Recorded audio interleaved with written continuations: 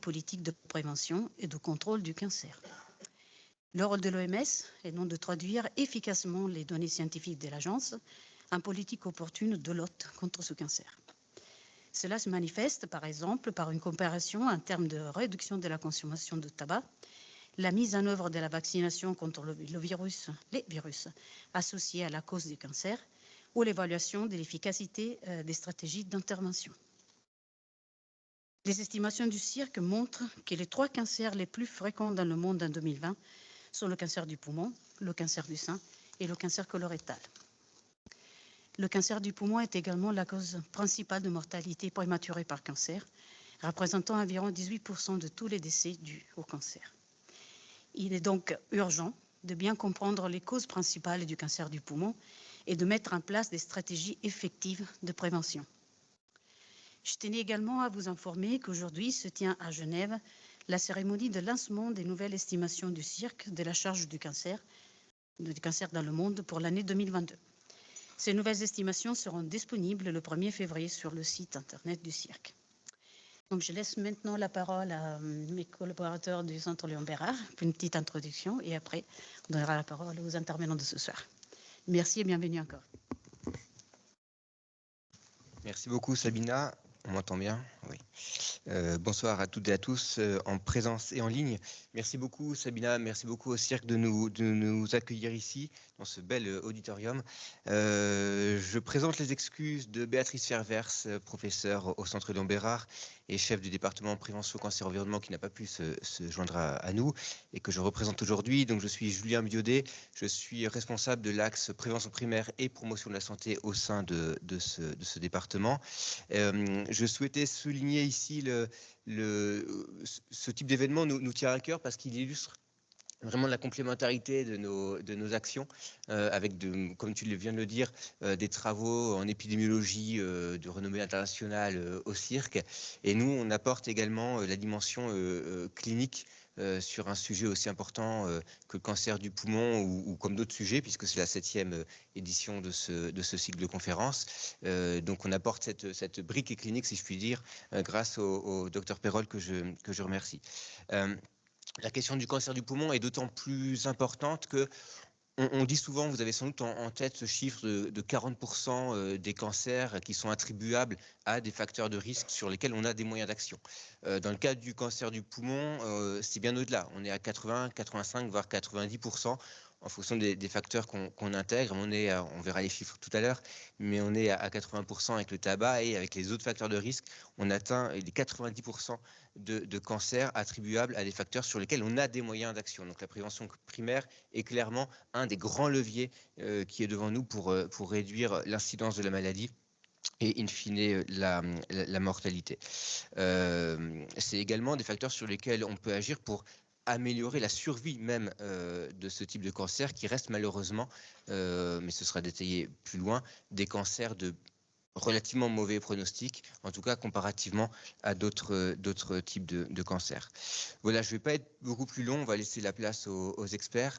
Je voulais quand même remercier toutes les équipes, toutes les personnes qui sont impliquées sur l'organisation de cet événement. Le fait que ce soit en hybride, en plus, ne simplifie pas tout à fait les choses. Donc, merci beaucoup à Emma et Sarah du côté du CIRC et au CLB. Un grand merci à Émilie Gérard et Tina Milango. Et j'invite donc les intervenants à rejoindre la scène.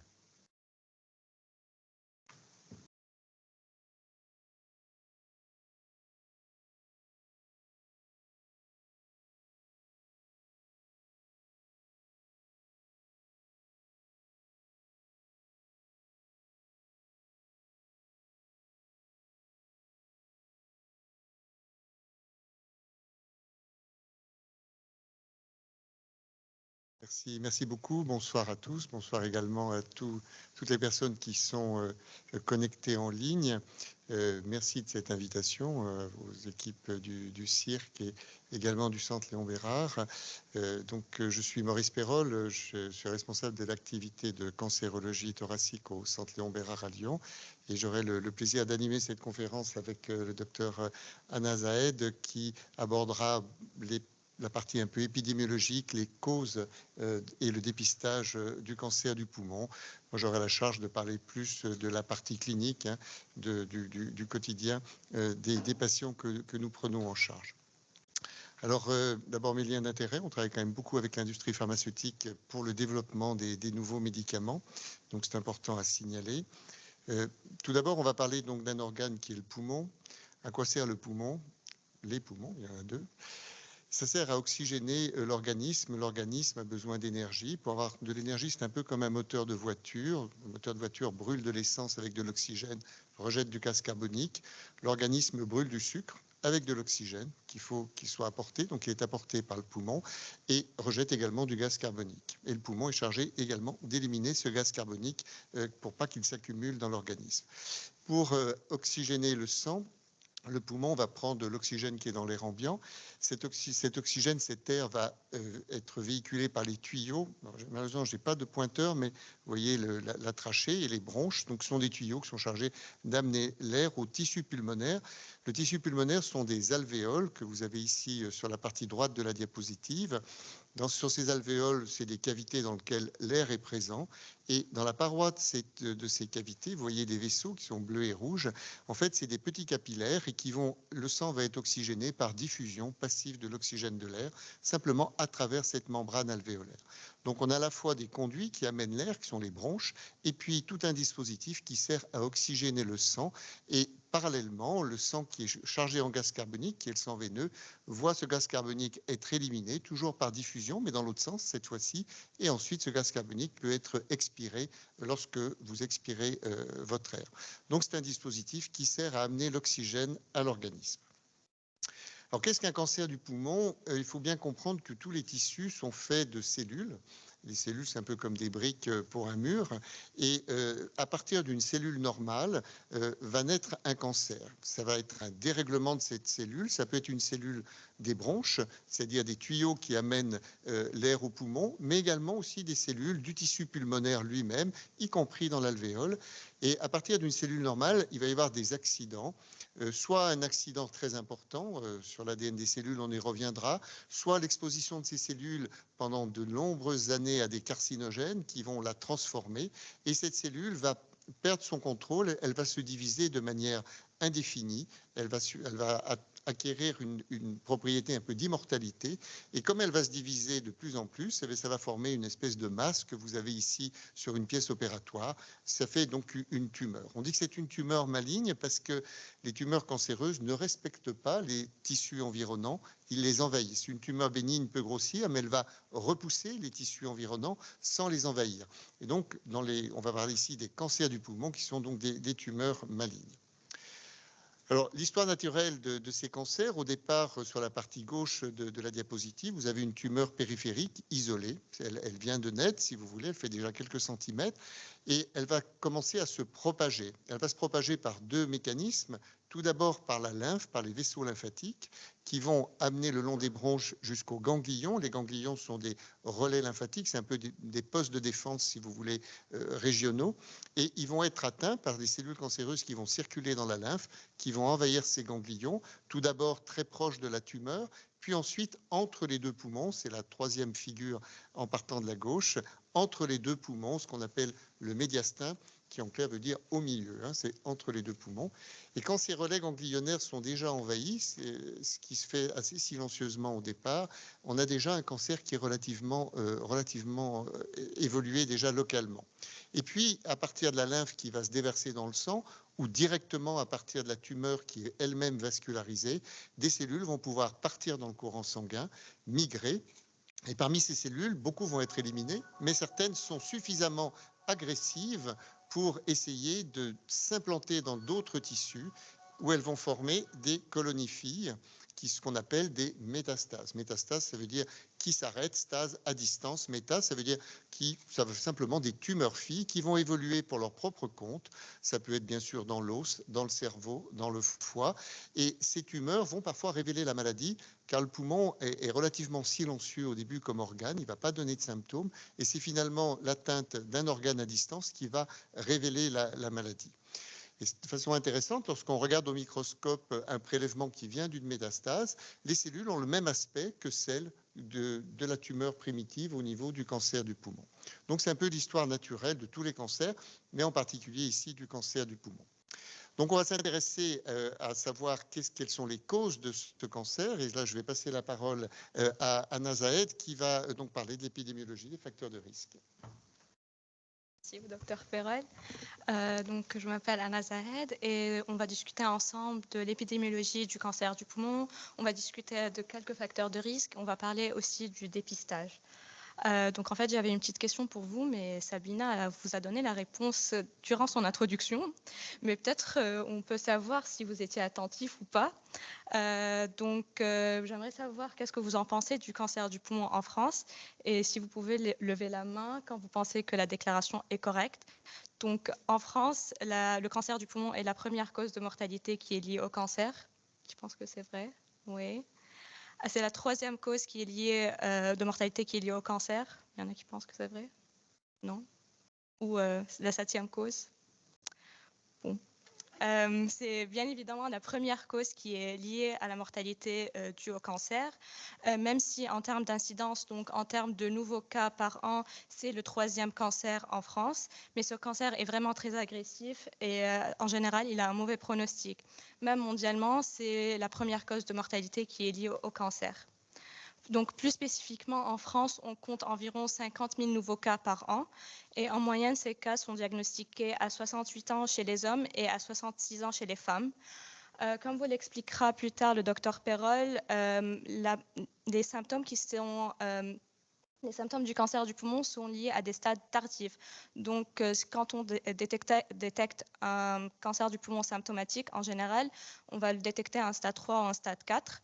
Et généralement, ces personnes-là auront un très mauvais pronostic, malheureusement.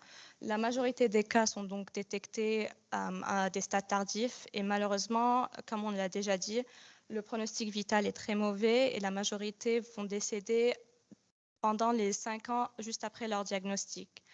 Même avec les nouveaux traitements et les nouvelles thérapies ciblées, on a observé un peu une amélioration de la survie, mais le cancer du poumon reste quand même un enjeu majeur, surtout en France et chez les femmes, où on observe une augmentation de la mortalité, contrairement à ce qu'on peut observer dans certains pays européens tels que le Royaume-Uni ou l'Allemagne. Il y a différents facteurs de risque qui peuvent causer le cancer du poumon. Bien évidemment, c'est une liste qui n'est pas très exhaustive. Mais comme l'a dit Julien aussi, la grande majorité des cancers du poumon, on peut en fait les prévenir. Il y a 85 à 90% des cancers du poumon qui sont dus à des facteurs de risque qu'on appelle modifiables, donc sur lesquels on peut agir, par exemple, contrairement aux facteurs de risque génétiques. Donc en fait, on peut bien évidemment contrôler notre exposition au tabac et contrôler nos expositions à certains autres facteurs de risque qu'on va essayer de discuter un peu. On va commencer donc par le tabagisme. Il y a différents produits qui sont liés au tabac, autres que la cigarette, donc comme la chicha, la cigarette électronique, la pipe, les cigares et même le tabac à mâcher. La cigarette reste quand même le moyen de consommation de tabac qui est le plus répandu dans le monde. Alors, on connaît les effets néfastes de la cigarette depuis plus de 70 ans. On l'a dit, je pense qu'on l'a répété, le cirque a classifié l'exposition au tabac comme cancérigène dans plusieurs éditions de monographie. Et durant ces 70 ans, on a très bien décrit les mécanismes que la cigarette engendre pour développer un cancer du poumon et a quand même très bien aussi quantifié l'effet du tabagisme sur la santé publique globale. Donc en fait, j'avais une deuxième question pour vous et du coup, je voulais savoir à quel point vous connaissez l'effet du tabagisme sur le risque du cancer du poumon. Donc aussi, si vous pouvez lever la main, si vous pensez que la déclaration est correcte. On estime qu'une personne parmi les fumeurs, on estime qu'un fumeur sur 50 fumeurs va développer un cancer du poumon au cours de sa vie. Je pense que c'est vrai. Non. Un fumeur sur 5 fumeurs va développer un cancer du poumon au cours de sa vie. Oui. Ou 1 sur 20 fumeurs va développer un cancer du poumon au cours de sa vie. Bon, malheureusement, la majorité n'a pas eu correct. C'est 1 sur 5 fumeurs. Donc, vraiment, la cigarette a un effet très important et très néfaste sur la santé globale. Pour les anciens fumeurs, on estime qu'un fumeur sur 8 ou un fumeur sur 10 va développer un cancer du poumon, donc le risque il est affaibli. Et chez les non-fumeurs, le risque il est encore plus faible et on estime qu'environ 2 personnes sur 100 vont développer un cancer du poumon.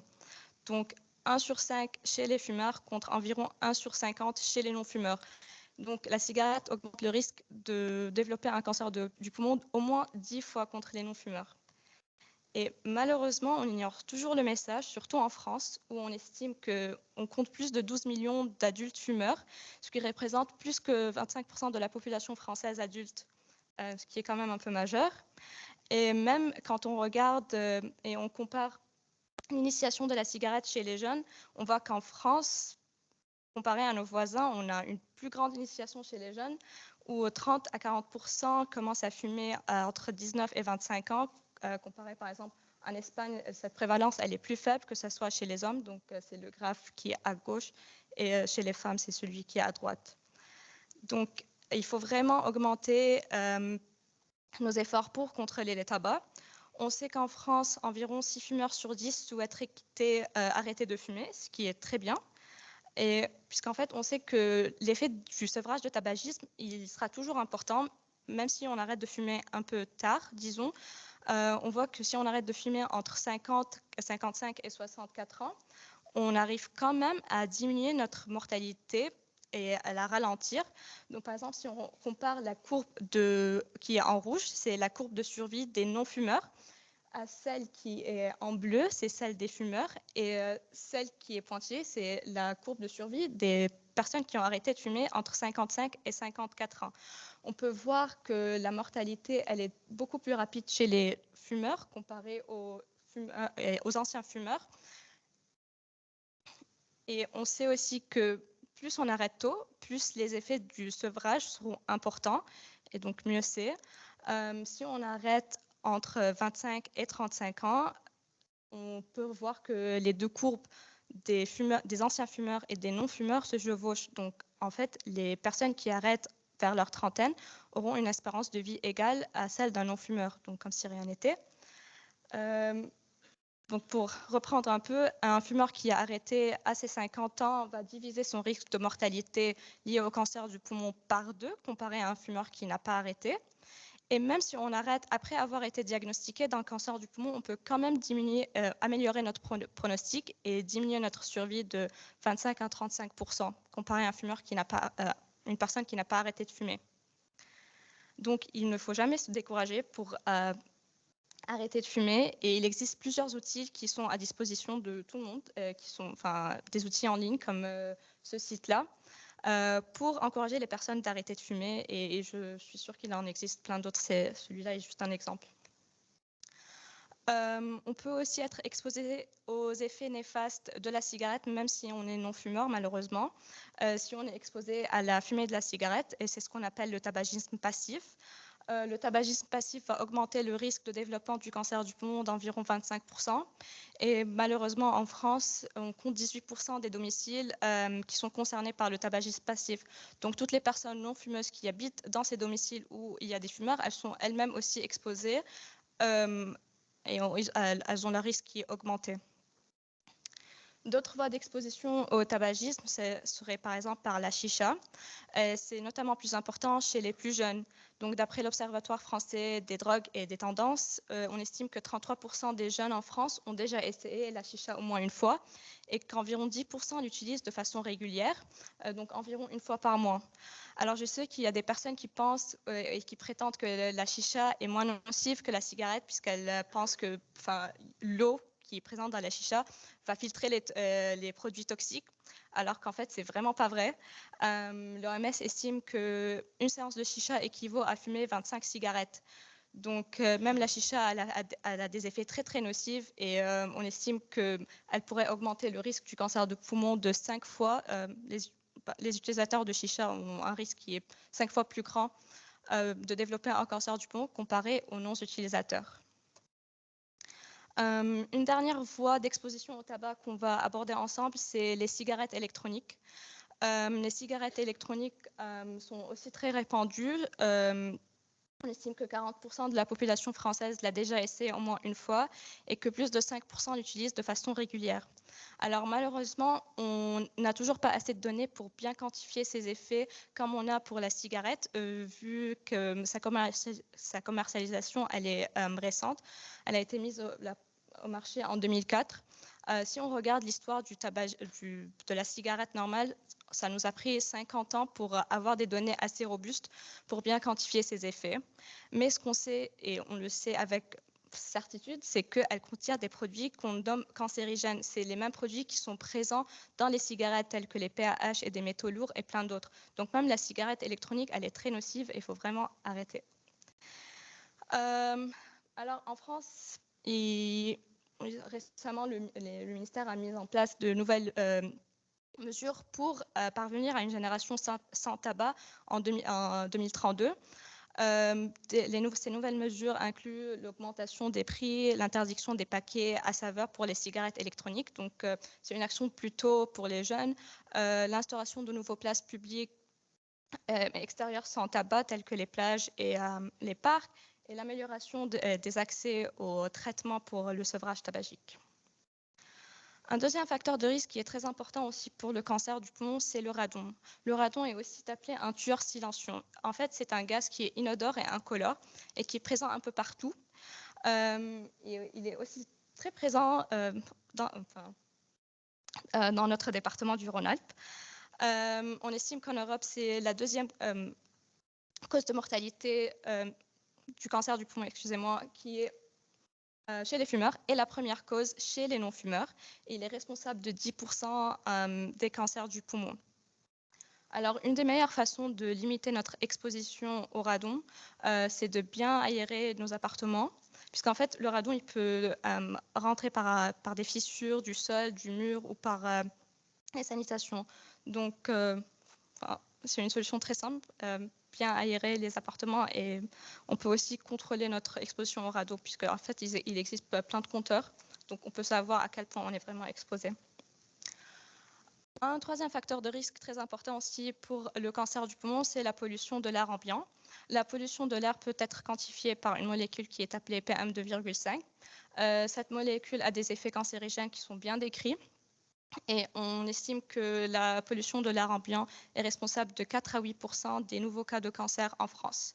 Cette exposition a été classée comme cancérigène aussi par les monographies du CIRC en 2013. Et voilà, personnellement, on ne peut pas vraiment contrôler nos expositions, mais on peut voter à des personnes qui peuvent la changer. Les derniers facteurs de risque qu'on va discuter ensemble, c'est les expositions professionnelles.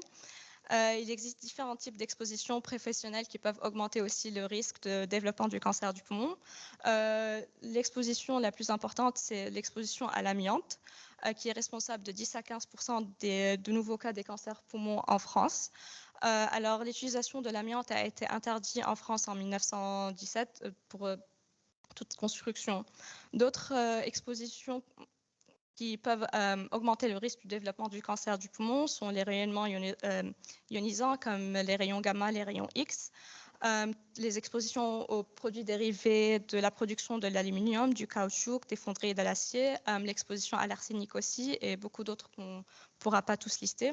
Donc c'est pour ça qu'il est vraiment important de bien se protéger et de porter l'équipement qui est adéquat à l'exposition qu'on pourra trouver dans les milieux professionnels. Alors, il faut aussi parler du cancer du poumon chez les non-fumeurs. Malheureusement aussi, on compte des 10 à 15% des cancers du poumon chez les non-fumeurs. En général, ces cancers sont le plus prononcés chez les femmes et à des âges plus jeunes que les cancers des non-fumeurs. Alors, historiquement, on a moins d'études sur ce cancer dans cette population que le cancer du poumon chez les fumeurs. Mais on sait que les facteurs de risque les plus importants qui qui contribuent au développement de ce cancer chez les non-fumeurs sont ceux qu'on a déjà présentés, donc le radon, la pollution, le tabagisme passif, la présence de maladies pulmonaires et certains facteurs héréditaires, donc avoir des antécédents familiaux. Comment donc on peut faire pour diminuer la mortalité qui est liée au cancer du poumon? La meilleure façon sera toujours de limiter notre exposition aux facteurs de risque, mais on peut aussi essayer de diminuer la mortalité grâce au dépistage. Donc, grâce au dépistage, on va chercher à identifier la maladie avant l'apparition des symptômes pour améliorer le pronostic vital. La survie du cancer du poumon est très dépendante au stade du diagnostic. On estime que les personnes qui sont diagnostiquées à un stade tardif, qui est malheureusement la grande majorité des personnes, ont un pronostic vital malheureusement très faible, très mauvais, et la grande majorité ne pourront pas survivre au-delà des 5 ans après leur diagnostic. Alors que quand les personnes sont diagnostiquées à des stades précoces, donc au stade 1 par exemple, on estime que la survie au-delà des 5 ans après le diagnostic, elle est importante et elle dépasse les 60%. Donc il serait important de détecter précocement ce cancer pour améliorer la survie. Donc le dépistage du cancer du poumon, on va donc essayer de trouver des nodules, des tumeurs dans le poumon de différentes façons. Il y a différentes études qui ont montré que le dépistage par un scanner faible dose pourra diminuer le cancer du poumon de 20 à 25%, la mortalité, excusez-moi, pourra diminuer la mortalité liée au cancer du poumon de 20 à 25% chez les personnes qui ont été dépistées comparé aux personnes qui n'ont pas été dépistées. Donc, ce dépistage par un scanner faible dose va consister à se mettre dans une machine qui est, comme vous la voyez dans cette figure, pendant une trentaine de secondes pour avoir une image du poumon qui ressemble à celle qui est à gauche. Pour observer une réduction de mortalité liée au cancer du poumon très importante, il faut donc dépister et détecter le plus de cancers possible précocement. Donc, pour faire cela, il faut rendre le dépistage accessible à tout le monde, notamment les personnes les plus âgées et les personnes qui pourraient vivre dans des milieux à faible statut socio-économique, puisqu'en fait, c'est chez ces personnes-là qu'on va identifier le plus de cancers du poumon, puisqu'ils seront exposés à plus de facteurs de risque. Elles auront moins d'éducation par rapport au cancer. Donc, il faut vraiment rendre accessible le dépistage à ces personnes-là. Et une des façons de faire ça, c'est par exemple ce que fait le Royaume-Uni. Ils vont ramener des camions pour y mettre le scanner faible dose et qui va donc se déplacer toutes les 2-3 semaines dans différents milieux pour que le plus grand nombre de personnes peuvent avoir accès à ce dépistage. Alors en France, on n'a toujours pas un programme de dépistage pour le cancer de poumon, mais il y a presque exactement 2 ans, en février 2022, l'autorité de santé a recommandé la mise en place d'un programme pilote. Donc ce programme est toujours en train d'être mis en place par les chercheurs de l'INCa et par différents chercheurs de différentes institutions. Mais donc, on se pose la question, est-ce qu'il faudra dépister tout le monde et envoyer tout le monde au dépistage? Il faut savoir que le dépistage a des effets néfastes des fois. Donc, il faut vraiment balancer les bénéfices et les risques du dépistage. Les risques du dépistage comprennent l'apparition de faux positifs. Donc, en fait, il y a différentes personnes qui peuvent avoir des nodules, mais qui ne sont pas cancéreuses dans leurs poumons. Ces personnes-là, on va les appeler des faux positifs. Mais du coup, quand on va voir des nodules sur le scanner, on va vouloir faire d'autres tests qui pourraient être des tests invasifs et qui pourraient entraîner des complications. Donc, les risques vont concerner les faux positifs, des risques psychologiques tels que le stress et le coût de cette intervention. Donc, pour que les bénéfices soient plus grands que le risque, et donc pour les bénéfices qui sont la détection précoce et donc l'amélioration de l'espérance de vie, il faut cibler les personnes qui vont bénéficier de cette intervention, qui développeront à un moment le cancer du poumon. Si on prend un cas vraiment très extrême, disons un groupe de personnes très jeunes qui n'ont jamais fumé et qui ont zéro exposition à des facteurs de risque, et on dépiste ces personnes-là, on va presque pas trouver des cancers du poumon, donc on on ne pourra pas agir et on ne va sauver aucune vie, on ne va réduire aucune mortalité qui est liée au cancer du poumon. Mais au contraire, si on prend des personnes qui sont très âgées, qui ont beaucoup d'exposition à des facteurs de risque, statistiquement, on va trouver beaucoup plus de cancers plus précocement et on va pouvoir sauver plus de vies. Donc, il ne faut pas dépister tout le monde. Il faut vraiment cibler les personnes qui sont à risque et qui vont développer cette maladie. Pour le moment, le dépistage dans certains pays est restreint aux fumeurs. Et la définition des personnes qui sont à risque, qui pourraient bénéficier du type dépistage, va varier selon les pays. Par exemple, aux États-Unis, on ne prend en compte que l'âge et les antécédents tabagiques, alors qu'au Royaume-Uni, on va aussi prendre en compte les antécédents médicaux et les facteurs de risque. Et on ne sait pas quel sera le cas en France lors de la mise en place du programme de dépistage.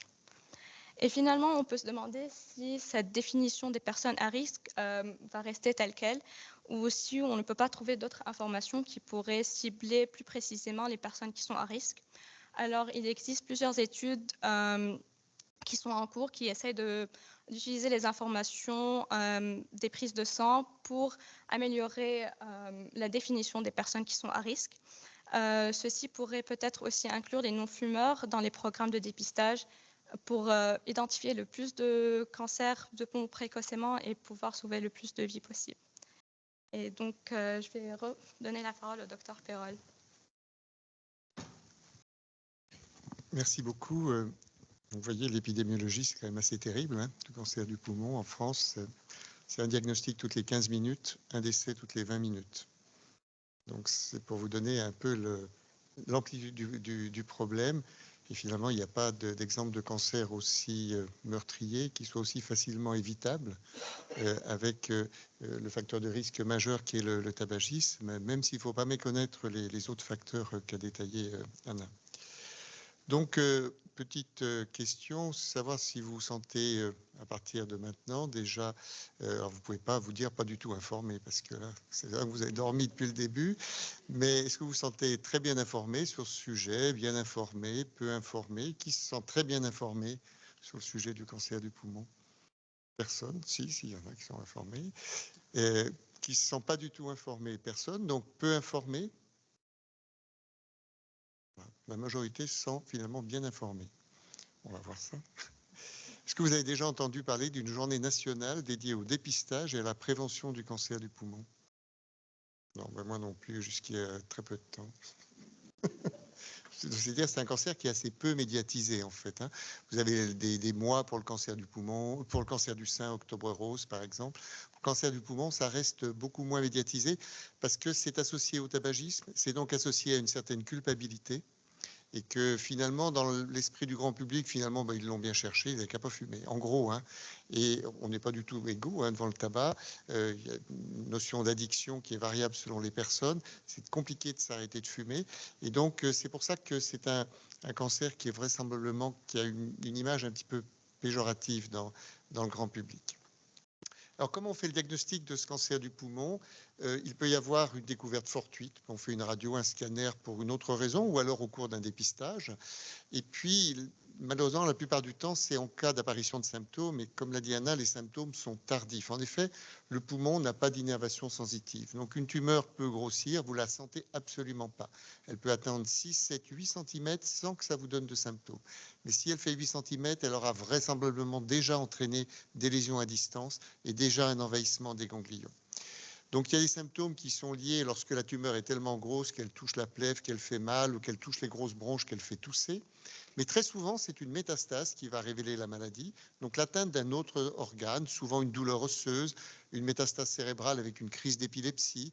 Ou alors enfin, lorsque le cancer est vraiment évolué, ça peut être un amaigrissement, une perte d'appétit. Donc les symptômes sont tardifs. Le diagnostic est donc souvent fait dans 60% des cas lorsqu'il y a déjà des métastases. Et ça, c'est très important et c'est ce qui justifie la stratégie de dépistage qui a été précédemment décrite. Alors, une fois qu'on a un symptôme, qu'on a une suspicion de cancer du poumon, il faut faire un diagnostic. Première chose, donc il faut faire un prélèvement, prendre un petit morceau de cette tumeur, l'analyser au microscope, faire également des examens plus complexes pour bien caractériser cette tumeur, ce qui va être important pour le traitement. Donc il faut bien la caractériser, il faut faire un prélèvement, ce qu'on appelle une biopsie. Et puis, il faut faire un peu l'étendue des dégâts, l'état des lieux. Il faut faire un bilan d'extension, voir exactement où la tumeur s'est étendue. Et mieux on sait exactement la situation de départ, plus on la connaît avec précision, plus on pourra adapter une stratégie de traitement qui sera réellement en fait adaptée à cette situation. Et puis, il faut savoir si le patient est capable de supporter des traitements. C'est notamment le cas pour la chirurgie. Quand vous allez enlever un morceau de poumon, mais il faut être sûr qu'il va lui en rester assez pour respirer, notamment s'il a fumé toute sa vie, il peut avoir des poumons relativement en mauvais état. Et donc, c'est également important de regarder la faisabilité des traitements. Alors, pour faire une biopsie, on utilise plusieurs moyens. On peut faire un prélèvement de la tumeur lorsqu'elle est suffisamment proche dans les bronches, avec un examen qui est une endoscopie, qui consiste à passer un petit tube que vous voyez à travers le nez, ensuite entre les cordes vocales, et on peut atteindre assez loin les bronches et faire des prélèvements avec des petites pinces. C'est un examen qui se fait le plus souvent sous anesthésie locale, qui n'est pas douloureux parce qu'en fait, les bronches n'ont pas d'innervation. C'est désagréable, ça vous donne l'impression d'avaler quelque chose de travers. Donc, ça fait surtout tousser. Et puis, très souvent, on fait une biopsie d'un organe atteint, ici le poumon, sous scanner, sous guidage, avec une anesthésie locale, et on prend un petit morceau avec une aiguille qui coupe et qui prend un petit morceau de la tumeur. On fait un bilan donc d'extension. Pour cela, on s'appuie beaucoup sur les examens radiologiques. Le scanner, faire un scanner maintenant, c'est vraiment très très peu de choses. Un scanner, ça vous demande 30 secondes, 30 secondes d'apnée. C'est par rapport à ce que c'était auparavant. C'est vraiment des examens extrêmement performants. Pour l'analyse du cerveau, le cerveau est très souvent touché dans les cancers du poumon. C'est le cancer qui est le plus pourvoyeur de métastases dans le cerveau. On fait très souvent une IRM qui permet de voir avec précision s'il y a ou non des lésions cérébrales. Et puis souvent, lorsque la maladie est localisée, on a besoin de savoir si les ganglions sont atteints. C'est très, très important pour savoir si le malade est opérable. Et parfois, il faut aller prélever ces ganglions avec, vous avez ici l'écho-endoscopie qui consiste à faire la même endoscopie, mais avec un appareil d'échographie au bout de l'endoscope qui permet de repérer à travers les bronches les ganglions et de les ponctionner à travers les bronches. Et puis le PET scanner est un examen extrêmement précieux aussi. Il est basé sur la consommation de sucre des cellules cancéreuses, qui est plus importante. Donc on injecte du sucre qui est marqué avec un isotope radioactif, ce qui nous permet de le repérer ensuite lorsqu'on prend les clichés avec une caméra spéciale. Et ça nous donne une cartographie de la tumeur. On voit ici sur l'exemple, vous avez une tumeur en rouge au niveau du poumon droit. Et vous voyez également qu'il y a une métastase au niveau du bassin à gauche qui apparaît également en rouge. Donc ça nous donne une cartographie et c'est très important pour l'opérabilité, pour la détection des métastases.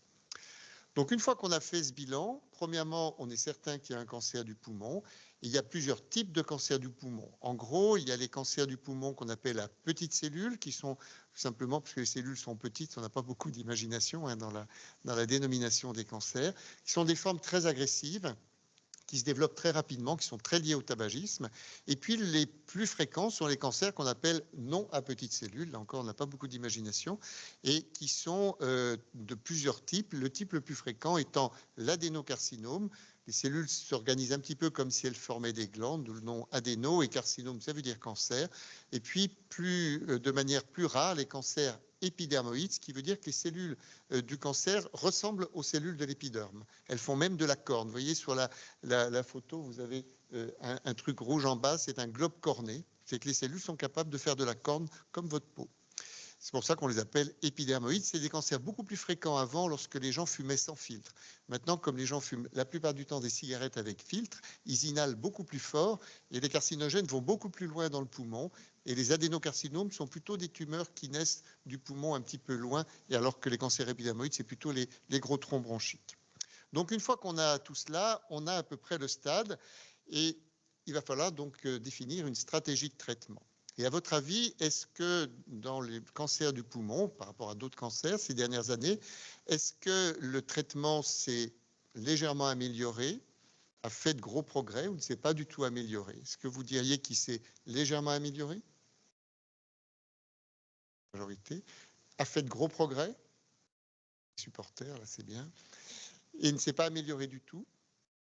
Il y en a qui pensent quand même que ça ne s'est pas amélioré du tout. C'est quand même un des cancers dans lequel on a fait le plus de progrès sur ces 10-15 dernières années. Alors, pour traiter cela, il va falloir définir une stratégie. C'est un peu comme un chantier, il faut plusieurs corps de métier.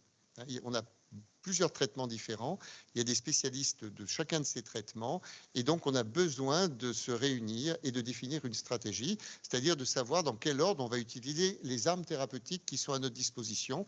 Et donc dans cette réunion qu'on appelle la RCP, la réunion de concertation pluridisciplinaire, eh bien vont se réunir le pneumologue, l'oncologue, les radiologues pour bien interpréter les radios, le médecin nucléaire qui va interpréter le PET scanner, l'anatomopathologiste qui a lu au microscope la tumeur et qui va nous renseigner sur le type de la tumeur, le chirurgien, est-ce que cette tumeur est opérable, est-ce qu'on peut l'enlever, et le radiothérapeute qui délivre la radiothérapie, le traitement par les rayons. Donc on a besoin de se rassembler et c'est extrêmement important parce qu'on a besoin de la compétence de tout le monde. Alors, il faut un peu un chef de chantier, hein, c'est souvent l'oncologue, mais pas toujours, et ça dépend un peu des concertations, du caractère dominant ou pas du chirurgien. Les chirurgiens sont souvent des dominants, pas toujours, hein. On arrive à les maîtriser quand même quand on est assez vieux, mais sinon c'est extrêmement important et c'est très important aussi pour l'enseignement des plus jeunes parce que on discute de tous les cas et ça nous permet de voir quelque chose qu'on n'avait pas vu, par exemple sur un scanner. Ah ben oui, j'avais pas vu qu'il y avait une image ici, et donc ça nous permet d'avoir vraiment d'améliorer le traitement des patients réellement. Donc on a plusieurs armes. Il y a la chirurgie, c'est d'enlever la tumeur, la radiothérapie qui consiste à traiter localement une partie de la tumeur ou toute la tumeur avec des rayonnements ionisants. La chimiothérapie, qui a toujours mauvaise presse, qui consiste à administrer des traitements qui vont détruire les cellules qui se divisent rapidement, qui se répliquent rapidement. Les thérapies ciblées, qui est la première révolution dans la cancérologie, qui sont des médicaments qui vont inhiber spécifiquement une protéine qui est impliquée dans le développement de la tumeur, qui est cruciale pour que la cellule cancéreuse se divise. Et puis l'immunothérapie, qui est encore la deuxième révolution dans le domaine de la cancérologie, qui consiste à utiliser les ressources de votre système immunitaire pour éliminer la tumeur. Alors les patients sont très pro-immunothérapie, sont contre les vaccins, ne font pas confiance à leur système immunitaire pour défendre contre les agents infectieux, mais ils sont très pro-immunothérapie, c'est un peu la méthode bio, hein, c'est votre organisme qui élimine, et c'est la réalité, c'est votre système immunitaire qu'on va essayer d'aider, de manipuler pour éliminer la tumeur. Alors, on a plusieurs types de cancers. On a les cancers à petites cellules, les cancers non à petites cellules. Vous avez ici la répartition des stades lorsqu'on les découvre. Vous voyez que dans les cancers non à petites cellules, on n'arrive à opérer que 15 à 20% des patients parce qu'on les découvre trop tardivement. D'où l'intérêt, encore une fois, du dépistage. On aura beaucoup plus de patients qu'on pourra opérer si on fait une stratégie de dépistage dans les populations à risque. Et donc, il va falloir pour chacune de ces situations avoir des stratégies. Vous voyez qu'on ne va pas du tout entrer dans le détail, mais qu'il y a besoin de plusieurs armes thérapeutiques pour essayer de traiter ces patients le plus efficacement possible. Parmi ces armes, d'abord la chirurgie. La chirurgie a beaucoup évolué. On fait beaucoup de chirurgie maintenant vidéo assistée, comme vous le voyez sur la photo de droite. On fait des petites incisions, on passe une caméra, des instruments, et on fait juste une petite incision pour tirer le lobe que l'on va enlever. On n'enlève pas que la tumeur, on enlève le territoire anatomique qui contient la tumeur, parce qu'il y a souvent des prolongements lymphatiques, donc on enlève souvent un lobe du poumon. Il arrive parfois qu'on enlève la totalité du poumon, mais c'est plus rare. Donc on enlève le territoire anatomique qui contient la tumeur, et le chirurgien prélève aussi tous les ganglions qui sont du côté de cette tumeur pour voir s'ils sont atteints par la tumeur, ce qui est important. D'une part, d'enlever des ganglions qui sont atteints, et d'autre part, de savoir à quel stade est la maladie pour définir s'il y a besoin de traitement ultérieur. La radiothérapie a considérablement évolué, mais ça, technologiquement, c'est devenu vraiment un outil de très très haute précision.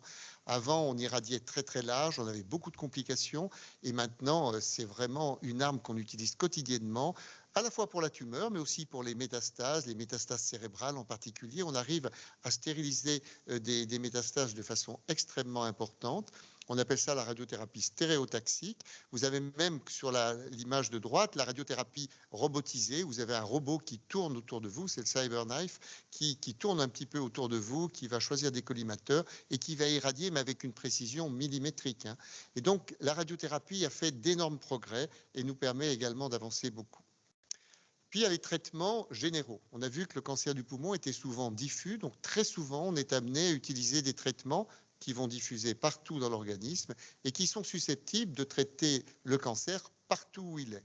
Quand il y a des métastases, quand il y a des métastases probables, c'est-à-dire quand on enlève une tumeur qui est grosse, on n'a pas trouvé de métastases, la chirurgie a permis d'enlever la tumeur, mais on sait que du fait de sa taille, la probabilité qu'il y ait des métastases invisibles est très élevée, d'où l'intérêt de faire un traitement complémentaire général pour éliminer ces micrométastases. Traditionnellement, on avait la chimiothérapie, puis il y a deux révolutions qui sont venues, comme on l'a dit, la médecine de précision, les thérapies ciblées et l'immunothérapie. Alors la chimiothérapie a très mauvaise presse, hein. C'est jamais une très bonne nouvelle. Au départ, on pensait que finalement le cancer, c'est une prolifération de cellules qui se divisent à l'infini. Donc on va utiliser des traitements cytotoxiques, c'est-à-dire des traitements qui tuent les cellules qui se divisent rapidement. Alors on a plein de produits différents, on peut agir à plein d'endroits du processus de division de la cellule pour la bloquer et la tuer lorsqu'elle va se diviser. Et donc c'est le principe. Le problème, c'est que dans l'organisme, il n'y a pas que les cellules du cancer qui se divisent rapidement. Vous avez des cellules qui se divisent rapidement, ne serait-ce que les globules. Un globule blanc, ça vit à peu près 10 jours, donc ils sont renouvelés en permanence. Donc il y a des cellules qui se divisent rapidement pour former des globules blancs. Et si vous administrez de la chimiothérapie, vous allez tuer les cellules cancéreuses, mais aussi tous vos globules blancs en cours de fabrication, si bien qu'il va y avoir un petit peu un trou dans la fabrication des globules blancs. Et 8-10 jours après, vous n'aurez plus du tout de globules blancs et vous risquez de faire une complication infectieuse à ce moment-là, ce n'est plus vos moyens de défense. Donc la chimiothérapie a cependant fait d'énormes progrès. Elle a permis d'améliorer la survie des cancers du poumon en administrant plusieurs lignes de chimiothérapie, mais vous voyez que les progrès étaient quand même, c'est des courbes de survie relativement modestes. Et vous voyez qu'en 1995, un an après le début d'un traitement d'un cancer avec des métastases, il n'y avait que moins de 30% des patients encore vivants, un an après avoir débuté le traitement. Et la médiane de survie était de l'ordre de 7 mois, ce qui veut dire qu'à 7 mois, vous aviez déjà la moitié des patients qui n'étaient plus là. Donc, c'est pour vous donner une idée des progrès qui ont été faits depuis cette année, depuis cette époque. Alors, on a amélioré beaucoup la chimiothérapie. D'abord, on a des médicaments qui ne sont plus allopécients dans certains cas, pas tous les cas, mais dans certains cas, notamment dans les cancers du poumon, beaucoup de traitements ne sont pas allopécients. On utilise des cathéters implantables qui sont beaucoup plus confortables que de piquer les veines des bras. La prévention des nausées est très, très efficace. Quand j'ai commencé, il y a cela quand même pas mal d'années, tous les patients, quand on faisait de la chimiothérapie, vomissaient dans le service. Tout le monde avait le haricot et c'était épouvantable. Alors que maintenant, vous ne verrez pratiquement jamais aucun patient vomir dans un service de chimiothérapie. Il peut y avoir des nausées retardées, mais maintenant, on a une prévention grâce à des médicaments spécifiques qui est remarquable. On améliore aussi la tolérance hématologique avec des produits qui font augmenter les globules blancs, qui évitent la diminution des globules rouges. Donc la tolérance s'est quand même bien améliorée. Et aujourd'hui, la chimiothérapie reste encore une de nos armes thérapeutiques majeures. On essaie de l'améliorer avec ce qu'on appelle des anticorps conjugués, qui sont des anticorps qui vont se fixer sur une cible qui est propre à la cellule cancéreuse, que l'on trouve principalement que sur les cellules cancéreuses. Donc ces anticorps sont des protéines qu'on va injecter et on leur a accroché une petite molécule de chimiothérapie, mais qui est tellement puissante qu'on ne pourrait pas l'administrer directement par voie intraveineuse. Donc il faut qu'elle soit bien accrochée à l'anticorps pour pas qu'elle se libère dans le sang. Une fois que l'anticorps s'est fixé dans la cellule, il va être internalisé dans la cellule et les propriétés de la cellule font que la petite molécule de chimiothérapie qu'on avait accrochée à l'anticorps va être décrochée et va tuer la cellule. C'est un peu comme une grenade que vous dégoupillez à l'intérieur de la cellule. Et donc, ce qu'on appelle les anticorps conjugués, et on essaie d'individualiser beaucoup de cellules. C'est des technologies compliquées, ça fait beaucoup de progrès, c'est encore au début, mais ça nous permet de traiter peut-être de manière plus ciblée, ne serait-ce qu'avec la chimiothérapie, les cancers. La deuxième révolution, c'est celle de la médecine de précision, où là, on a considéré que les tumeurs étaient très différentes et que finalement, les tumeurs résultaient d'une maladie du génome. En fait, on s'est aperçu qu'autrefois, on traitait tous les cancers du poumon de la même manière. Et puis, on s'est aperçu en fait que lorsqu'on faisait un profil moléculaire, c'est-à-dire lorsqu'on regardait l'ADN des cellules cancéreuses, elles avaient des caractéristiques très différentes, ce qui permettait d'envisager de traiter les patients de manière différente, avec des traitements beaucoup plus adaptés au type de leur cancer. C'est la médecine personnalisée. Et le secret, c'est de faire un profilage moléculaire. Donc là, ça devient un tout petit peu plus compliqué. Le profilage moléculaire, c'est de regarder l'ADN. L'ADN est présent dans toutes vos cellules, c'est un plan. C'est un plan de fabrication des protéines. C'est comme si vous voulez fabriquer un meuble Ikea, vous avez un plan. Et les étapes de fabrication sont marquées sur votre plan. Et l'ADN, c'est un plan, vous avez un plan, un code à 4 lettres, et qui vous montre dans quel ordre la cellule doit enchaîner les acides aminés pour faire une protéine. Une protéine, c'est une chaîne d'acides aminés. L'acide aminé, c'est le maillon de la chaîne. Il y en a 20 différents. Donc, vous imaginez les multiples combinaisons, surtout qu'il y a des millions d'acides aminés. Et pour construire une protéine, eh bien, la cellule va suivre le plan. Pour chaque protéine, il y a un morceau d'ADN qu'on appelle un gène, et donc elle va suivre le plan. Et ce qui peut se passer, c'est qu'il peut y avoir un accident sur le plan, un morceau qui part, une lettre qui change, un accident qui peut être lié à la division de la cellule ou une zone de fragilité de l'ADN, et du coup, votre plan est faux. Déjà, quand vous faites un meuble Ikea, c'est déjà un peu compliqué quand le plan est juste. Mais imaginez qu'il vous manque une étape, vous allez faire un meuble complètement bancal. Et là, la cellule va suivre l'ADN qui est faux, il y a un morceau qui est parti, elle va donc construire une protéine qui est fausse. Et parmi ces protéines fausses, certaines sont cruciales dans la division de la cellule. Un exemple, une protéine qui s'appelle le GFR, qui veut dire Epidermal Growth Factor Receptor, qui est un récepteur du facteur de croissance épidermique, peu importe, ça sert en gros à la cellule à se diviser lorsqu'elle a besoin de se diviser. Imaginez que vous vous coupez, vous avez besoin de fabriquer des cellules pour combler la brèche, et donc ce processus, cette protéine va être impliquée. Et vous voyez que c'est une protéine elle est tout en haut en bleu, il y en a une partie à l'intérieur de la cellule, une partie à l'extérieur, c'est un peu comme une antenne, et là, ça permet à la cellule de s'adapter à ce qui se passe autour d'elle. Et vous voyez que cette protéine, lorsqu'elle est activée, elle est capable de déclencher toute une réaction chimique qui permet de conduire à la division de la cellule. S'il y a une mutation, ce qui est marqué en bas, c'est dommage que je n'ai pas de pointeur, s'il y a une mutation, eh bien votre protéine EGFR, elle va être changée. Si sur le gène de l'EGFR, il y a un morceau qui part, eh bien la protéine, elle ne va pas du tout être pareille qu'une protéine normale. Et cette protéine qu'on appelle mutante est capable, elle fonctionne toute seule. Elle n'a plus du tout besoin d'être activée. Elle dit à la cellule de se diviser en permanence, et ça forme un cancer.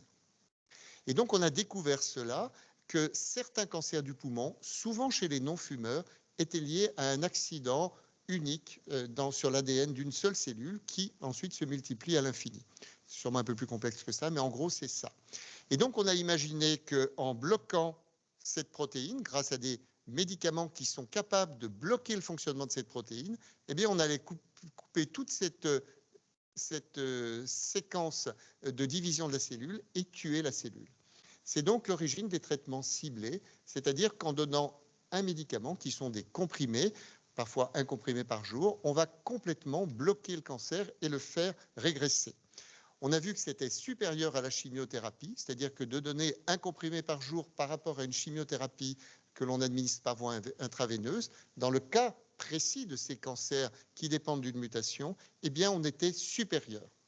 Vous avez ici, par exemple, un cancer chez une patiente qui est non fumeuse. Ce sont des coupes de scanner, donc c'est des tranches. Vous voyez que le cancer est dans le lobe supérieur gauche, c'est cette grosse tache blanche. Et vous voyez qu'en quelques jours, juste en prenant un comprimé par jour, la régression de ce cancer. Ces traitements sont actifs extrêmement rapidement. Ils sont souvent relativement bien tolérés. On les utilise maintenant même chez les patients opérés, après la chirurgie pour réduire le risque de rechute. Ici, toujours en cas de mutation de l'EGFR, vous voyez qu'on améliore la survie en donnant 3 ans d'un médicament ciblé. Alors, on a ainsi démembré complètement les cancers du poumon et dans un nombre important de cas, on arrive à trouver une mutation qui permet d'expliquer la survenue du cancer et qui est accessible à un traitement spécifique, personnalisé, qui va bloquer la protéine en cause. Vous voyez ici qu'on repère à peu près 9 mutations différentes. Ce qui est fondamental, c'est que maintenant, pour prendre en charge un cancer du poumon, il faut disposer, dans les adénocarcinomes, d'un séquençage de l'ADN. Vous ne pouvez pas prendre de décision thérapeutique si vous n'avez pas le profilage et la recherche de toutes ces mutations, car s'il y a une mutation, vous avez un traitement ciblé qui peut être extrêmement actif. Alors, il y a d'autres mutations. On a voyé ici toutes les mutations possibles, tous les traitements qui sont en cours de développement ou qui sont déjà disponibles en fonction des mutations. Et cela représente à peu près, je dirais maintenant, à peu près 30 à 40% des adénocarcinomes sur lesquels on arrive à trouver une mutation qui peut être accessible. Et chez les non-fumeurs, ce pourcentage est supérieur. Alors, il n'y a pas que les mutations de GFR, il y a également d'autres accidents génomiques, notamment le réarrangement d'un gène qui s'appelle ALK. Alors là, ce n'est pas une mutation, c'est une espèce de cassure et avec un gène qui va se retourner. Et en se retournant, il va mettre en contiguïté le gène bleu et une partie du gène bleu et une partie du gène rose. Et ce gène de fusion crée un gène totalement anormal qui va fabriquer une protéine qui est capable, là encore, de diviser la cellule. Et donc, c'est également un exemple dans lequel on a fait énormément de progrès thérapeutiques avec des survies qui sont maintenant supérieures à 10 ans, alors que c'était un cancer qui avait la même survie qu'avant, lorsqu'on ignorait qu'il était dû à ce réarrangement. Alors, on a la chance aujourd'hui d'avoir Madame Montagny, qui est une patiente qui est soignée pour un cancer qui dépend d'une mutation et qui a, avec d'autres patients, fondé une association pour que ces patients qui ont des maladies qui sont rares, en fait, qui sont un petit peu orphelines, aient un peu accès à l'information et puissent échanger entre eux. Donc, je vous laisse la parole.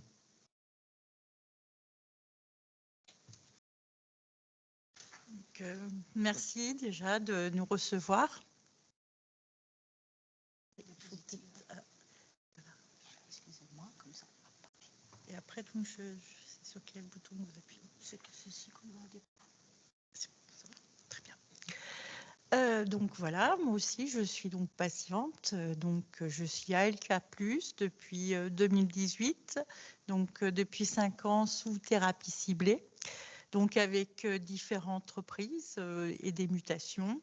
Donc l'intérêt de ces thérapies, c'est qu'il y a tellement d'avancements, effectivement, c'est qu'il y a toujours une solution, ou de chimio, puisque donc je connais un peu plus la maladie maintenant, puisque j'ai créé au bout de 2 ans de maladie une association avec d'autres patients, tout simplement parce qu'on suivait un groupe américain qui s'appelle ALK Positive, qui est une très grosse association américaine qui, elle, donne la parole aussi aux patients, comme aujourd'hui on le fait en France. Et on a essayé de se calquer un petit peu en voulant parler, en voulant changer l'image du cancer du poumon en France. Et donc nous essayons justement de mettre en avant le mois de novembre, qui est un mois qui est normalement prévu pour le mois du cancer du poumon. Nous nous sommes associés avec les autres associations françaises, puisque nous sommes 3 grosses associations en France, et nous avons déjà fait quelques actions depuis les 2 dernières années. Nous continuerons et nous montrerons que, effectivement, aujourd'hui, nous avons des cancers du poumon fumeur, mais aussi des cancers de gens qui n'ont jamais fumé. Moi, je représente une association où on a plus de la moitié des gens qui ont moins de 50 ans. La majorité sont des femmes. Elles ont des familles et elles ont besoin d'être représentées et aidées, et c'est le cas par le corps médical, puisque donc nous le savons depuis que nous avons lancé nos associations, que des recherches sont en place, que la durée de vie aussi a beaucoup avancé, puisque je peux le témoigner aussi, dans l'association, 80% des gens sont au stade 4. Ce sont des gens très positifs, et c'est aussi pour la raison pour laquelle on a créé cette association avec les autres patients, c'est qu'on a cherché à donner de l'information, mais en plus rassembler les gens autour d'une maladie qui finalement vaut le coup d'en parler. La preuve, aujourd'hui on a 1 heure de conférence sur ce sujet, et donc voilà, on a de bons résultats. Je pense que les gens sont heureux de se rassembler autour, malheureusement, d'une cause pas très intéressante au départ, mais qui finalement leur permet de vivre autre chose. Voilà. Et c'est mon cas avec donc une aidante, puisqu'il n'y a pas uniquement les malades. Bien sûr, il y a les aidantes. Et on les intègre avec nous, puisqu'on crée aussi des séjours, puisque je ne l'ai pas dit, mais donc notre association est nationale, hein, donc il y a effectivement peu de mutations en France quand même, puisque ça représente, je crois, 10% 10, 20%, plus, un peu plus, 20% des cancers du poumon, mais donc bien sûr, nous, ALK, les mini-mutations, un peu moins, donc 7 à 10%. Mais du coup, l'idée, c'est justement d'avoir un peu de présentiel et on a créé des séjours aussi pour recevoir ces personnes, les rassembler et donc elles vivent mieux leur maladie. C'est ça surtout. Mieux vivre ses effets secondaires et repartir sur autre chose. Voilà. Merci de m'avoir reçu.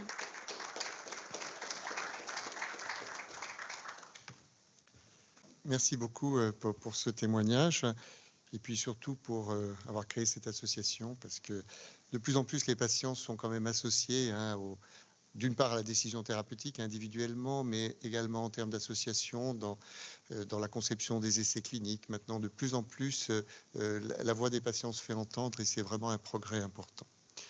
Dernier chapitre, pour vous épuiser définitivement, qui est la dernière évolution, qui est l'immunothérapie. C'est un concept totalement différent. Jusqu'ici, je vous ai présenté que des traitements qui visaient la cellule cancéreuse elle-même. Il faut détruire la cellule cancéreuse, enlever le cancer, détruire le cancer. Alors que là, le paradigme de l'immunothérapie est différent. Vous voyez que dans un cancer, il y a des tas de cellules cancéreuses en bleu, mais vous avez également des cellules qu'on appelle des cellules du système immunitaire, qui sont des lymphocytes. C'est un peu les soldats, qui sont toujours des métaphores militaires pour l'immunité, mais finalement c'est assez pratique. C'est un peu des soldats qui essaient de combattre ce cancer. Et donc le but de l'immunothérapie, c'est on ne cible plus du tout la cellule cancéreuse. On va agir sur le système immunitaire, sur ces lymphocytes, et ça sera à la charge des lymphocytes d'éliminer le cancer. Alors, la base de cela, c'est qu'il faut que votre système immunitaire, pour que ça fonctionne, ait reconnu votre cancer comme quelque chose d'étranger. Le système immunitaire, c'est un système très complexe qui est destiné à ce que l'organisme élimine tout ce qui ne lui appartient pas, contre le non-soi, en particulier tous les agents infectieux, puisque le système immunitaire a permis aux espèces de se développer en dépit des agents infectieux. Donc tout ce qui n'est pas soi va être éliminé par le système immunitaire. Le problème du cancer, c'est qu'au départ, c'est vos propres cellules. Et donc, elles ne sont pas nécessairement reconnues comme étrangères par le système immunitaire. Mais quand les cellules sont exposées au tabac, il ne va pas y avoir une seule mutation, comme je vous ai montré, il va y avoir une multitude de mutations, une multitude d'erreurs sur le plan de l'ADN, si bien que la cellule va fabriquer des tas de protéines très bizarres que le système immunitaire va reconnaître comme étrangères. Dire ça, c'est pas normal, ça ne m'appartient pas, c'est une protéine étrangère et il est capable de déclencher une réponse immunitaire. C'est pas toujours le cas. Et c'est malheureusement dans l'immunothérapie actuellement, il faut que le système immunitaire ait au préalable déclenché une réponse immunitaire contre votre tumeur et le traitement va chercher à l'amplifier, à la libérer. Alors que si votre tumeur reste transparente pour le système immunitaire, ça ne va pas fonctionner. On fera d'autres systèmes d'immunothérapie pour essayer de déclencher cette réponse immunitaire, mais si elle n'existe pas actuellement, on ne pourra pas être efficace avec l'immunothérapie.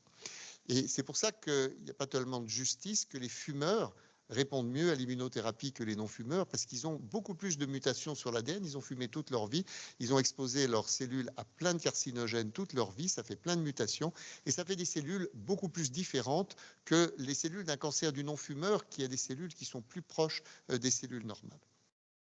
Donc le but, c'est qu'une fois que la cellule cancéreuse a été reconnue comme étrangère par le lymphocyte, qui est le lymphocyte T, qu'on appelle cytotoxique, qui est capable de détruire une cellule, eh bien, il va l'attaquer. Et la cellule cancéreuse va se défendre, elle va se défendre en mettant une espèce de bouclier qui s'appelle PDL1, qui est en rouge. Et donc, elle va sur sa surface, il va y avoir cette protéine PDL1 qui va être exprimée. Et cette protéine est capable d'interagir avec un récepteur qui est sur le lymphocyte qui s'appelle PD1, un peu comme une prise de courant, si vous voulez. Et une fois que cette interaction se fait, le lymphocyte est éteint. Il ne peut plus rien faire et la cellule cancéreuse continue à se développer en dépit de votre système immunitaire. Et donc l'immunothérapie que l'on utilise actuellement, ce sont des anticorps qui vont se fixer soit sur PD1, soit sur PDL1, mais souvent sur PD1. Ils vont donc bloquer ce récepteur. Si ce récepteur est occupé sur tous les lymphocytes, eh bien, cette protéine bouclier PDL1 ne va jamais arriver à se fixer et votre lymphocyte reste actif et il est capable d'éliminer la tumeur. Donc, grosso modo, c'est un système qui permet d'enlever le frein qu'exerce la tumeur sur le système immunitaire. J'espère que je ne suis pas trop obscur. Non, ça va à peu près tout. Alors, on s'est aperçu également dans les cancers du poumon que plus les cellules cancéreuses exprimaient cette fameuse protéine bouclier PDL1, mieux l'immunothérapie marchait. Vous voyez le taux de réponse qui sont les histogrammes bleu clair qui montent au fur et à mesure que la proportion des cellules qui expriment cette protéine bouclier est importante. Et ceci a permis, ici dans une étude, lorsqu'on remplace la chimiothérapie par de l'immunothérapie seule, donc c'est une injection toutes les 3 semaines, vous voyez qu'on est capable de multiplier par 2 la médiane de survie. On n'avait jamais vu un progrès aussi important dans le cancer du poumon, de faire passer une médiane de survie de 13 à 26 mois, et surtout d'avoir chez les patients qui avaient des cancers métastatiques, pour lesquels il n'y avait pas d'espoir de rémission prolongée, que plus de 30% d'entre eux étaient en vie 5 ans après. Et ça, c'était quelque chose d'inimaginable encore en 2015. C'est vraiment récent. Et le système immunitaire a une mémoire. Et chez certains patients, le fait de déclencher cette réponse immunitaire, de la libérer, permet d'éliminer complètement le cancer. Je passe sur certains autres aspects. Vous voyez quelques exemples. Vous avez ici un des premiers patients qu'on a traité par immunothérapie. C'est un patient qui est entré dans un essai clinique en 2014. Vous voyez qu'il avait une tumeur du poumon, une métastase toujours dans le même poumon en bas, et que malgré 2 chimiothérapies, la tumeur ne cessait de grossir. Et le fait de le mettre sous immunothérapie, à l'époque, on sélectionnait les patients uniquement sur les tumeurs qui exprimaient cette fameuse protéine PDL1. Donc, il a eu une biopsie. On a vu que ça exprimait PDL1. Et vous voyez qu'en quelques 6 semaines de traitement, vous voyez comme la tumeur a réduit, que le système immunitaire est capable de détruire une tumeur extrêmement rapidement. Si on vous greffe un rein et qu'on ne met pas de traitement immunosuppresseur, même si ce rein est d'un donneur compatible, votre système immunitaire va le détruire en 1 semaine. C'est extrêmement puissant. Et vous voyez qu'ici, après 6 mois de traitement, il n'y a plus qu'un aspect de cicatrice à la place de la tumeur. Ce patient est en vie, il a arrêté son traitement 1 an et demi après, il est en vie 10 ans après, sans aucune évidence de maladie, alors qu'il avait un cancer métastatique qui était en échec thérapeutique après 2 lignes de chimiothérapie. Vous avez un autre exemple, ici une tumeur que l'on voit avec la flèche jaune, et vous voyez qu'il y a une métastase dans l'humérus, avec un gros trou dans l'humérus, et qu'il manque également un morceau de côte qui a été également envahi par la tumeur.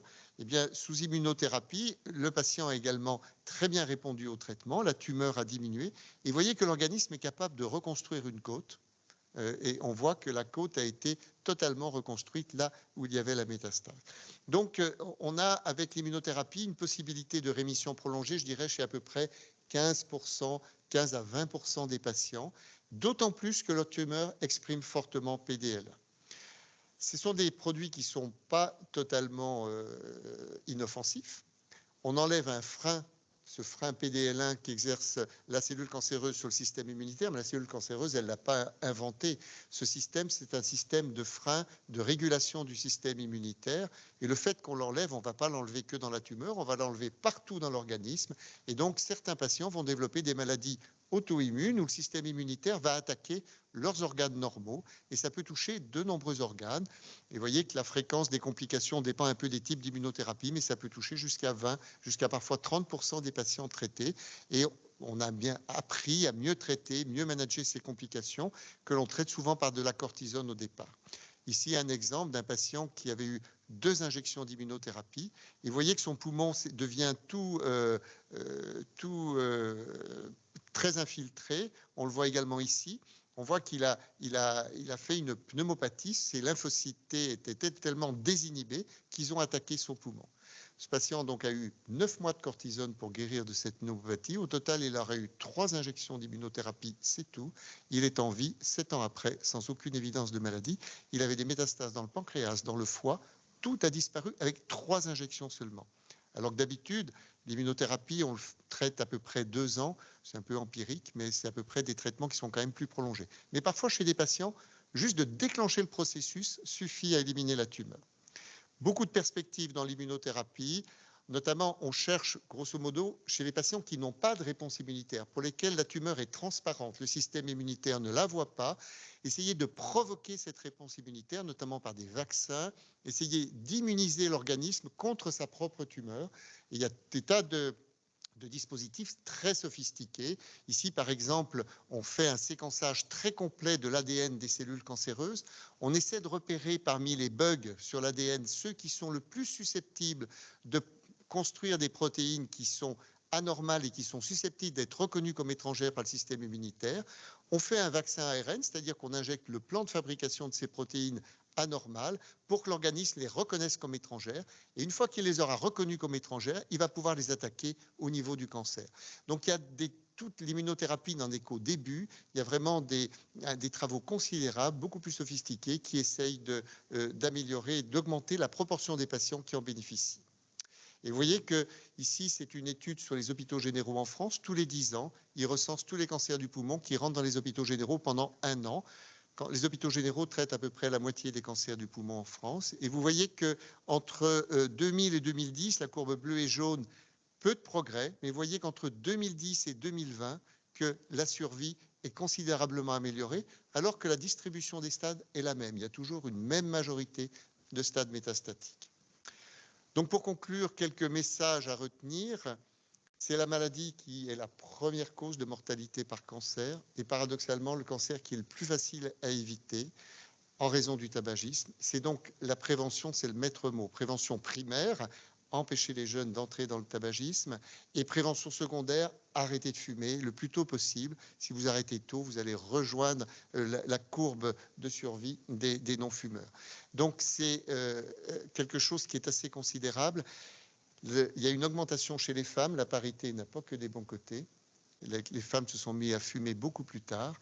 Et c'est vraiment une maladie qui n'existait pas avant. Si vous prenez un traité de pneumologie 1920, il y a 2 pages sur le cancer du poumon en vous disant que c'est exceptionnel, ça n'existe pratiquement pas. Tout le reste, c'est sur la tuberculose. C'est une maladie qu'on a inventée grâce aux cigarettes manufacturées. Sinon, c'est une maladie qui était exceptionnelle avant, alors que c'est maintenant la première cause de mortalité par cancer.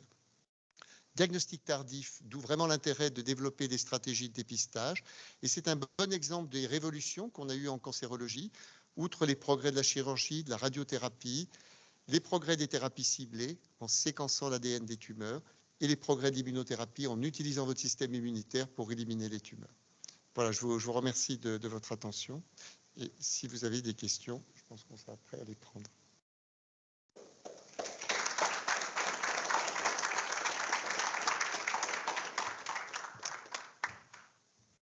Merci beaucoup, vraiment. Voilà, vous avez aussi les félicitations de ceux qui nous rejoignent en ligne. Vraiment, merci beaucoup pour vos interventions entre speakers, vraiment très intéressants, très clairs. Donc, merci pour les messages clés aussi, très importants et très clairs. Alors, je vais essayer de voir si on a des questions en ligne. Si vous voulez, alors pour les personnes qui sont en ligne, n'hésitez pas à écrire les messages dans le chat. Vous ne pouvez pas parler malheureusement directement, mais vous pouvez écrire donc vos questions. Et on ouvre donc le débat, la discussion. Si quelqu'un a des questions, voilà, même dans la salle, on commence peut-être en salle et après, je vais essayer de voir si j'arrive à avoir des questions dans le chat aussi. Je peux peut-être faire ça comme ça. Alors, oui, j'arrive.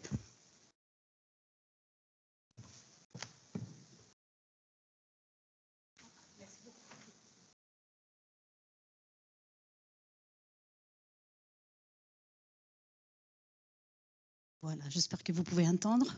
Oui. Ma question, c'était juste sur l'hérédité. Qu'est-ce que vous entendez par hérédité? Est-ce que juste avoir un parent fumeur, c'est suffisant ou il faut plus que ça pour que ça soit vraiment dans l'hérédité? Alors, si normalement avoir un parent fumeur ou n'importe quel membre de famille qui a un lien de parenté direct, donc parents, frères ou sœurs, pourrait augmenter le risque chez les membres de la famille. C'est plus prononcé chez les fumeurs. Donc, par exemple, un non-fumeur a un risque qui est augmenté de 25% s'il a un membre de famille direct qui est atteint du cancer du poumon, mais un fumeur, on va voir ce risque augmenter jusqu'à 3 fois plus. Plus on a des membres de famille qui sont atteints, plus notre risque est plus élevé, malheureusement. Il est possible aussi que ça vienne en partie des gènes de l'addiction, en fait, des récepteurs à la nicotine, c'est-à-dire que dans les grandes séries héréditaires, parmi les gènes qui ressortent sur les études de population, c'est les gènes des récepteurs à la nicotine. Comme si génétiquement, des personnes, si elles commencent à fumer, seront beaucoup plus addictes au tabac que d'autres et n'arriveront pas à s'arrêter. On peut imaginer qu'il y a éventuellement un côté justement familial dans ce type d'addiction. C'est-à-dire qu'on n'est pas du tout égaux face à l'addiction. Il y a des personnes qui vont commencer à fumer, qui ne vont pas s'arrêter. On a des patients qu'on a traités pour 2, 3, 4 cancers du poumon, qui continuent à fumer, qui n'arrivent pas à s'arrêter. Alors que d'autres, et la majorité, vous avez une annonce d'un cancer du poumon, la plupart des patients arrêtent à peu près net. Mais il y a vraiment des formes d'addiction différentes et il est possible que l'hérédité joue aussi là-dessus.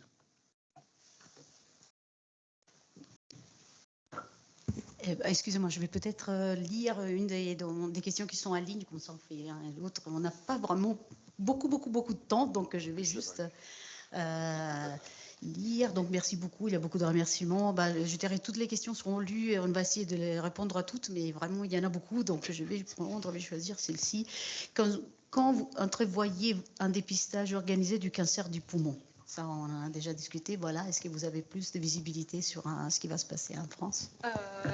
Non, pas vraiment. Je sais que la mise en place du programme, elle est en cours, qu'il y a beaucoup de chercheurs qui sont en train de se réunir régulièrement pour décider du planning et de comment ce programme de dépistage sera mis en place, mais je ne pourrais pas, aucune idée de quand il va être mis en place.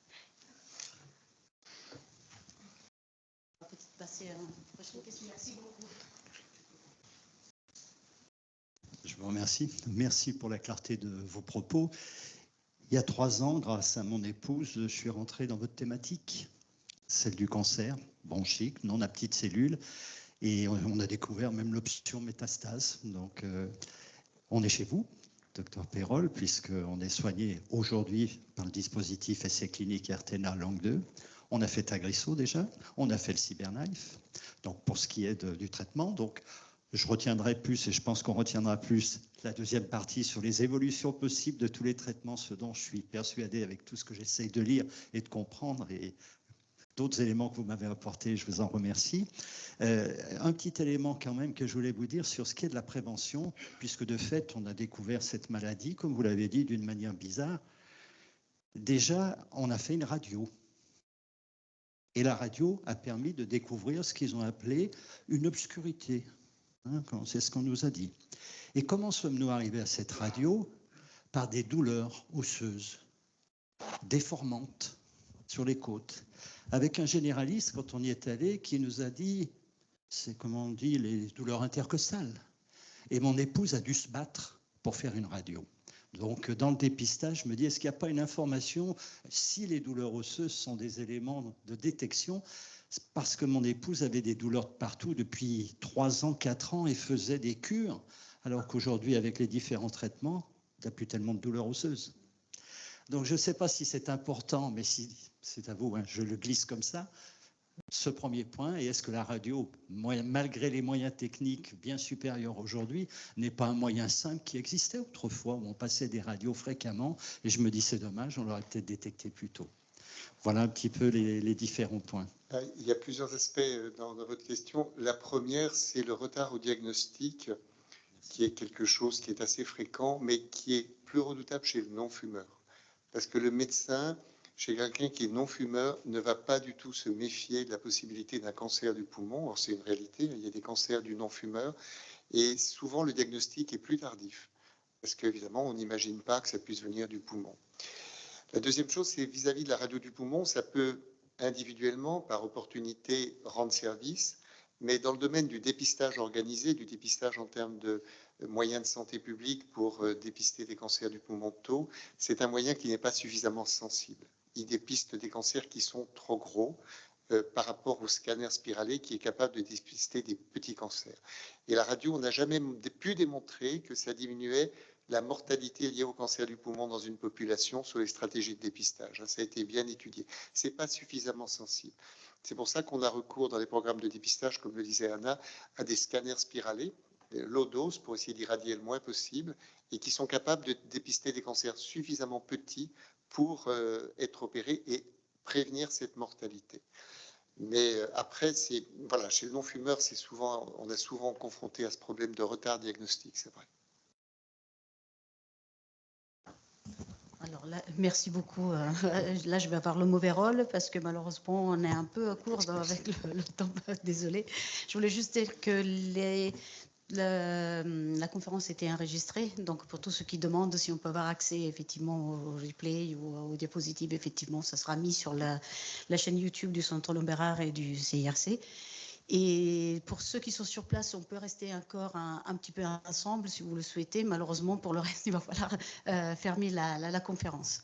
Donc, je remercie encore tout le monde pour votre participation, les intervenants. Vraiment, merci beaucoup. C'était vraiment très enrichissant. Et à tout le monde pour la participation et toutes les questions et les débats. Donc, voilà, je vous dis merci encore et on aura bientôt une autre conférence encore de série d'échanges, sûrement avant la fin de l'année. Donc, on va vous tenir au courant. On va faire de l'information par rapport à la prochaine conférence. Donc, merci beaucoup à tout le monde et un grand merci aux speakers encore. Vraiment, merci bien. Merci.